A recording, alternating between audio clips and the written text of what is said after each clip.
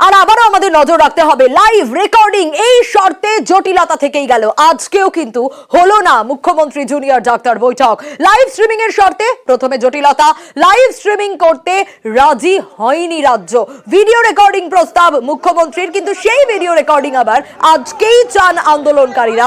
Video share শর্তেও বৈঠকে জটিলতা থেকে গেল। আরো বিস্তারিত সোমরাজ এ বিষয়ে জানাবে।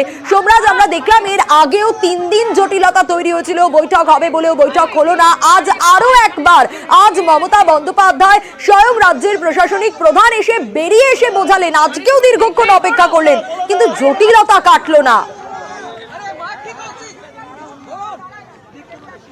মনোভাব আর সেই কারণেই কিন্তু জটিলতা কাটলো না। মুখ্যমন্ত্রী মমতা বন্দ্যোপাধ্যায় আজকে নিয়ে মোট 4 দিন জুনিয়র চিকিৎসকদের আলোচনার জন্য ডাকলেন। এর মধ্যে 2 দিন তারা আলোচনার জন্য এলেন এবং 2 দিনের মধ্যে গত পরশু নবান্নে তারা লাইভ স্ট্রিমিং এর দাবি রাখলেন। কেন লাইভ স্ট্রিমিং করা যাবে না তা রাজ্য সরকার স্পষ্ট জানানো হয়েছে। আর আজকেও লাইভ স্ট্রিমিং না হলেও রেকর্ডিং এর ক্লিপিংস এর দাবি জানালো তারা। আজকেই সেই রেকর্ডিং এর ক্লিপ দিতে হবে, সেই দাবি জানালো তারা।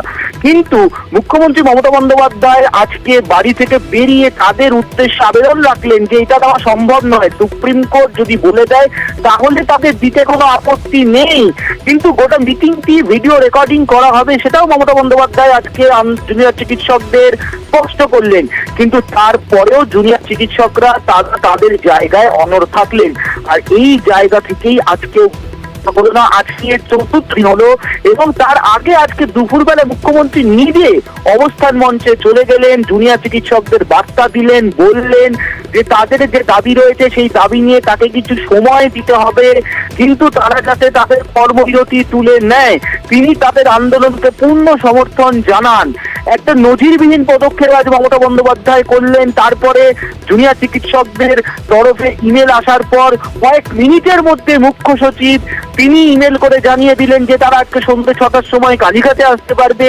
15 জনের বদলে 32 জন এলেন, তাদের সবাইকে অনুমতি দেওয়া হলো কালীঘাটে যাওয়ার জন্য। কিন্তু তারপরেও এই অনড় মনোভাব আর সেই জায়গা থেকেই আজও সেই জটিলতা কাটলো না, বৈঠক হলো না। মুখ্যমন্ত্রী মমতা বন্দ্যোপাধ্যায় আজকে টানা 2 ঘন্টারও বেশি সময় ধরে অপেক্ষা করলেন। তিনি মুখ্য সচিবকে পাঠালেন, ডিজিকে পাঠালেন, তারপরে তিনি নিজে গেলেন, জুনিয়র চিকিৎসকদের বোঝানোর চেষ্টা করলেন, কিন্তু তারপরেও সেই জটিলতা কাটলো না। মুখ্যমন্ত্রী অনেকটাই নমনীয় হলেন, কিন্তু তারপরেও জুনিয়র চিকিৎসকরা তারা তাদের জায়গায় থাকলেন, যেখানে যে জায়গায় আজকেও সেই অবশ্যই বেশ লাইভ স্ট্রিমিং করতে রাজি হলো না রাজ্য। কিন্তু এই লাইভ স্ট্রিমিং এর কথা আজ কোনো মেলেই কিন্তু ছিল না।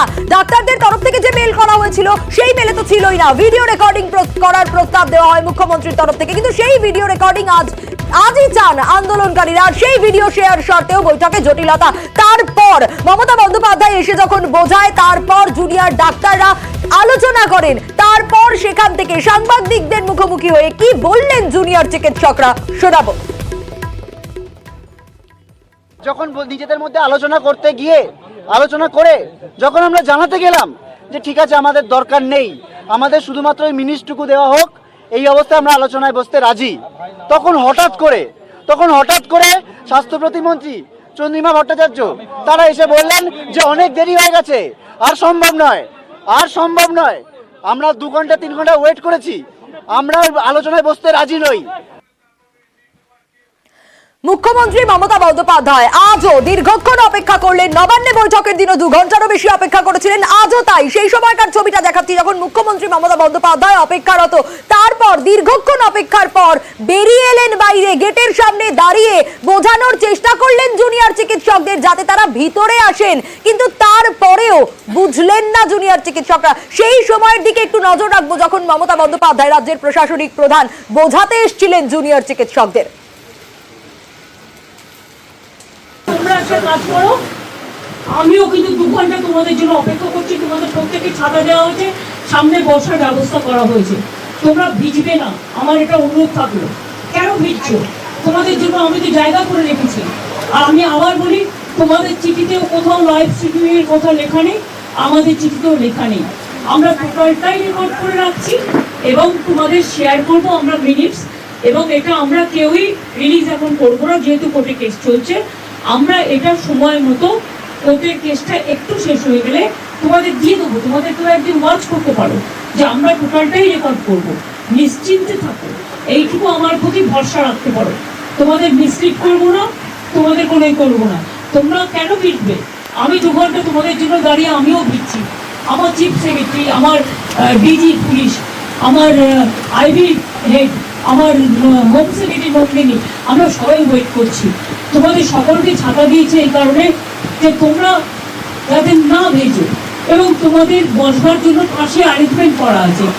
তোমরা অন্তত মিটিং না করে একটা চা খেয়ে যাও।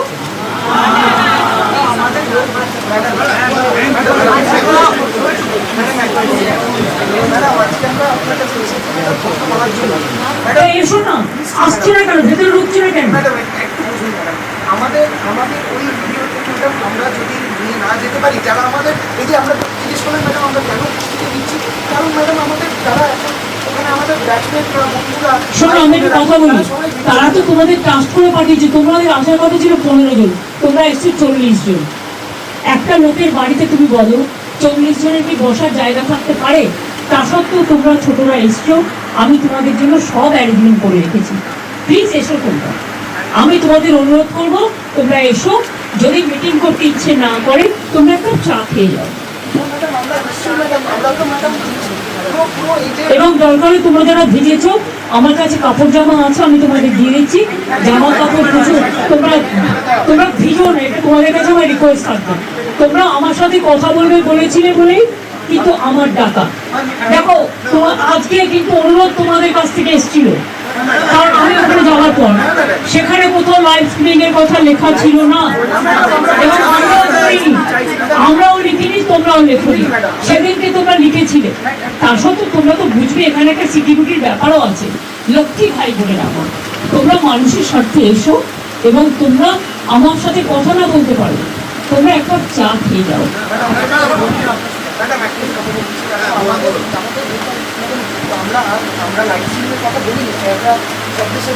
আমি তো তোমাদের বলেছি যেহেতু কোর্টে ব্যাপারটা বিচারাধীন আছে, তোমাদের মিনিটস আমি করে দেবো, মিটিং এর মিনিটস করে দেবো। পুরো ভিডিওটা আমি আজকে দিতে পারবো না, আমি মিনিটস করে দেবো। তোমরা ঠিক করো, তোমরা যদি কেউ আসতে চাও আমি সবাইকে বলবো যারা যারা আসতে চান তারা দয়া করে আসুন। তাহলে আপনারা যদি নাই এসে বাড়িতে মিটিং করেন, তাহলে আপনারা আমাকে চিঠি দিলেন কেন? এত অসম্মান কেন করছেন?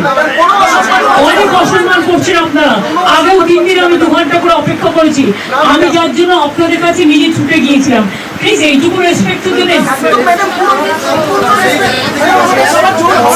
আমি তো আমারও ধন্যবাদ আছে তোমাদের জন্য। আমি তোমাদের বলছি, শুনো, তোমরা ছোট আমি বড়, কিন্তু মনে রেখো আমি আন্দোলন করা লোক, আমি আন্দোলনকে মর্যাদা দিতে জানি। তাই তোমাদের কাছে তোমরা আসার আগে আমি ছুটে গিয়েছিলাম। তোমাদের আমি বলছি, কেউ কেউ আমি জানি না কারা এর মধ্যে আছো কারা নেই, কিন্তু আমি তোমাদের সবাইকেই বলবো ফরগেট পলিটিক্স, মানুষের স্বার্থে এসো, কথা বলো। আমি তোমাদের দেখো, যদি তোমরা কথা বলতে না চাও তাহলে তোমাদের বলবো তোমরা ভিজো না। আসছো না কেন? আমরা আসছো না কেন? তোমরা ভিডিওর কথা দেখুনি। থাকবে, নোটু মিনিটস করে দেবো, মিনিটস করে মিনিট সই করে দেবো। আমাদের গভর্নমেন্টের পক্ষ থেকেও সই করবে, তোমাদের পক্ষ থেকেও একজন সই করবে।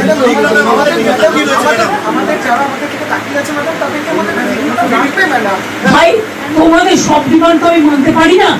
আমি তোমাদের আগেও বলেছি কেন আমি ভিডিও তোমাদের কাছে আজকেই দিতে পারছি না, বাট টোটালটাই রেকর্ড করে আমি ভিডিও তোমাদের তখনই দেবো, আমি সুপ্রিম কোর্ট থেকে পারমিশন নিয়ে দেবো। আমি কথা দিচ্ছি, আমি ভিডিও আমরাও কেউ ইউজ করবো না, আমরাও ইউজ করবো না, আমরা ট্রান্সপারেন্সি মেইনটেইন করবো। দেখো আমি তোমাদের বলি, আমি হাত জোর করে বলছি, যদি আসতে হয় প্লিজ এসো, কিন্তু তোমরা ভিজো না। তোমাদের অসুখ করলে আমার খারাপ লাগবে, প্লিজ এসো। অন্তত মিটিং না করো, তোমরা আমার কাছে এক কাপ চা খেয়ে যাও।